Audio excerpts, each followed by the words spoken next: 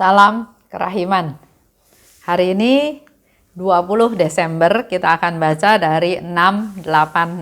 Dalam nama Bapa dan Putra dan Roh Kudus. Amin. September, Jumat pertama.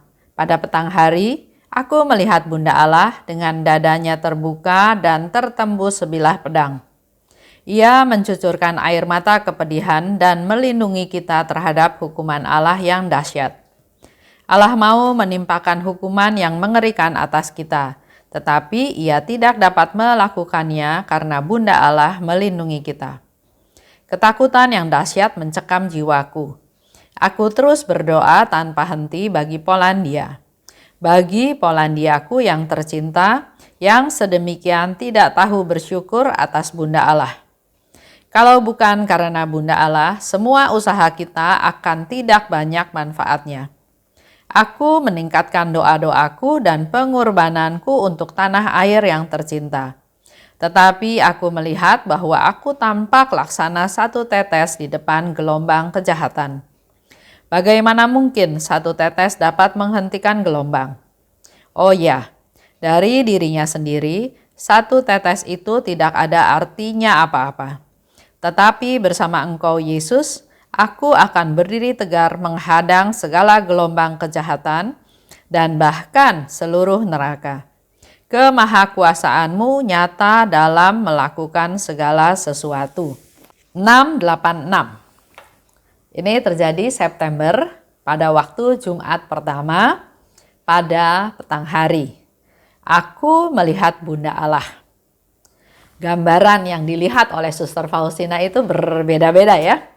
Hari ini dikatakan dadanya terbuka, tertembus sebilah pedang. Dalam keadaan Bunda Maria yang menderita ya, dadanya tertembus pedang.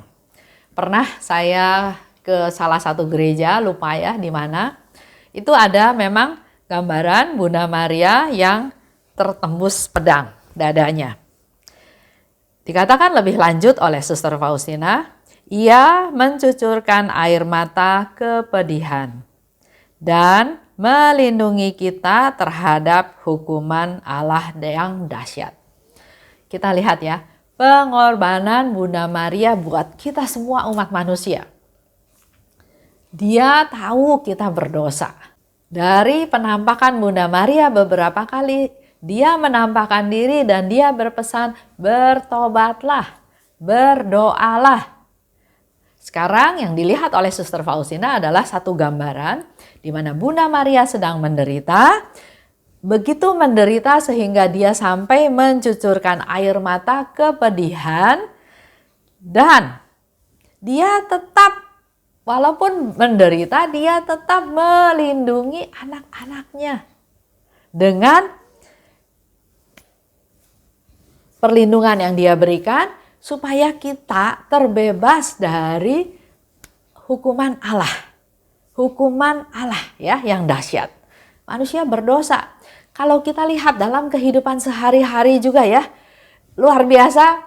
Saya baru lihat juga di TV beberapa minggu yang lalu, dana bantuan sosial dikeluarkan oleh pemerintah untuk membantu rakyat miskin yang hidupnya dari penghasilan hari-hari. Dia berjualan harian. Otomatis kalau jualannya laku, dia bisa makan, bisa bawa uang pulang ke rumah untuk kebutuhan rumah tangganya masing-masing. Tapi dengan keadaan pandemi seperti sekarang ini, di mana COVID-19 juga masih merajalela, otomatis bisnisnya dia mati. Nggak ada yang mau beli. Seandainya jualan pun nggak ada yang mau beli. Karena semua lebih berhati-hati dengan pola makan, dengan makan yang mereka konsumsi, nggak sembarangan. Nah, akibatnya banyak sekali orang-orang yang jatuh miskin. Bahkan kalau lihat persentase pengumuman persentase itu, kemiskinan di negara kita ini meningkat jumlahnya. Oleh sebab itu, pemerintah yang peduli kepada mereka-mereka yang butuh dibantu memberikan bantuan. Namanya bantuan sosial. Tapi nggak tahu gimana cara berpikirnya, ternyata bantuan sosial itu bukannya sesegera mungkin sampai kepada yang membutuhkan, malah di tengah jalan dipotong-potong-potong sampai ke mereka nggak sesuai jumlahnya. Dan yang lebih luar biasa lagi, selisih itu dikorupsi sedemikian rupa. Nggak kepikir ya bagaimana cara berpikirnya. Dia yang sudah kelimpahan, tapi kok masih tega mengambil haknya orang miskin ya. Ada di Alkitab juga. Contoh, kita memberi gaji, kita harus membayar haknya dia, nggak boleh ditunda. Dulu pernah saya dengar ada seorang pembantu ya, kerja udah berbulan-bulan bahkan tahun, nggak pulang-pulang karena gajinya dipegang terus sama majikannya.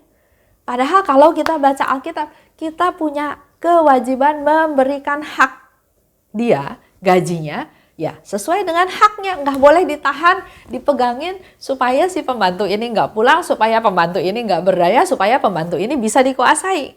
Itu cara berpikir yang salah ya. Kita harus tetap memberikan apa yang menjadi haknya dia. Nah, lanjut.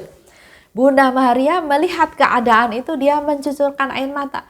Tapi dia tetap nggak tega kalau kita manusia-manusia berdosa ini dihukum oleh Allah.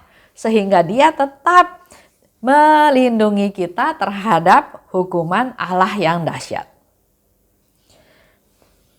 Dikatakan oleh Suster Faustina, ketakutan mencekam jiwaku.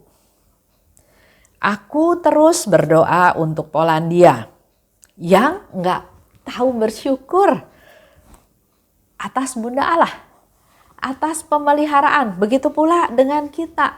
Kita juga perlu berdoa untuk tanah air kita, untuk keluarga kita, untuk masyarakat kita, untuk kita yang ada di dalam negara ini.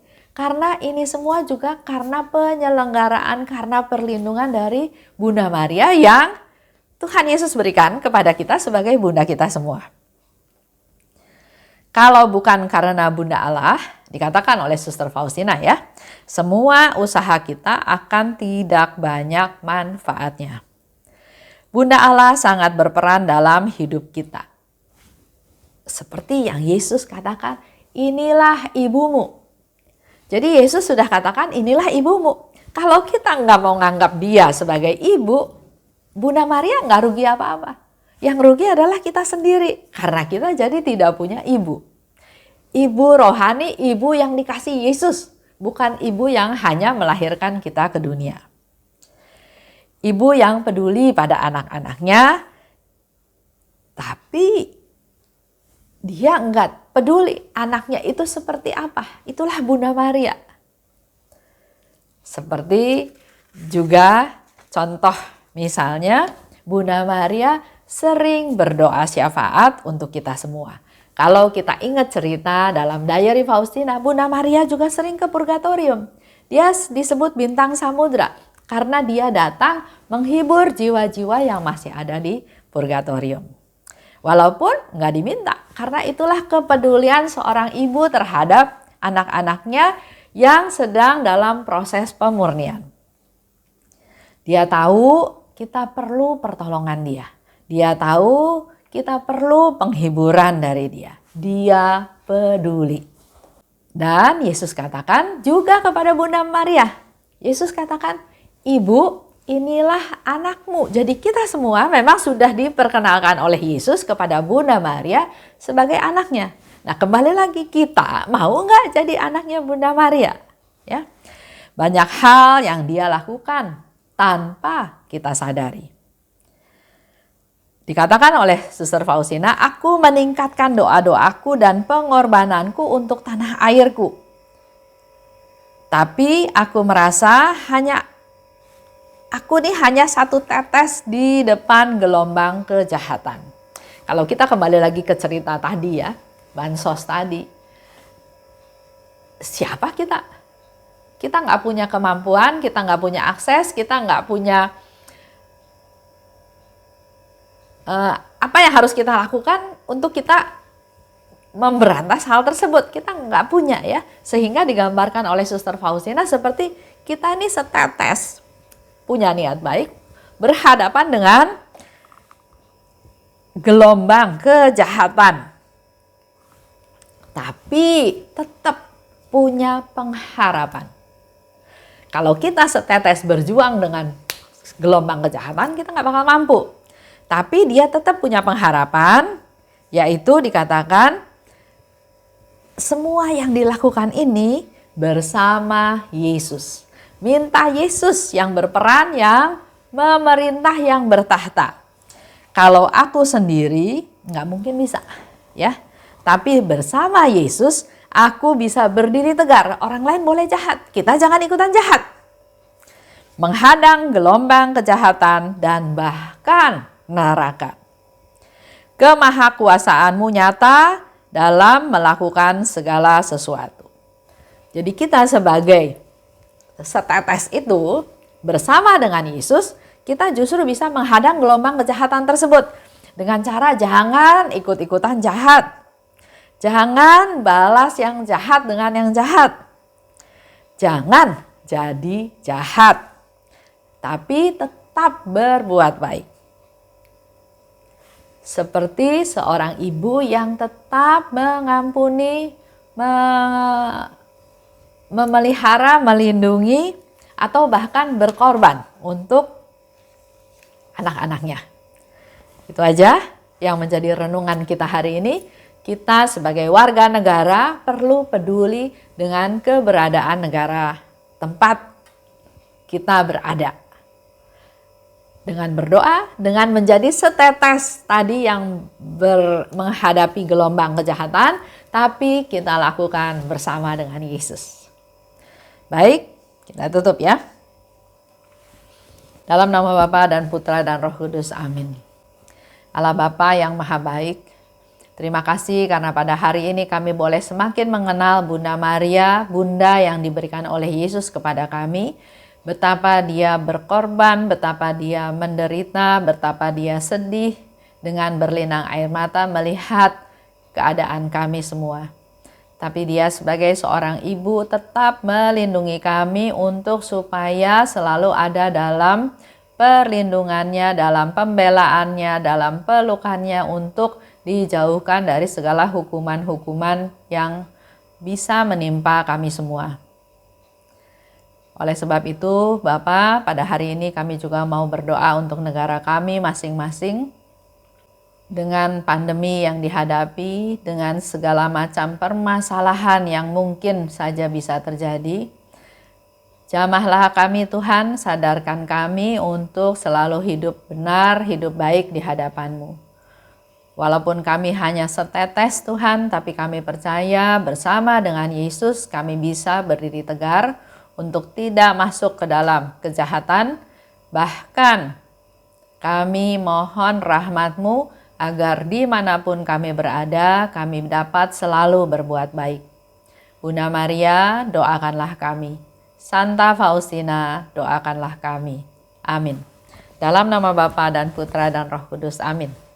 Salam kerahiman.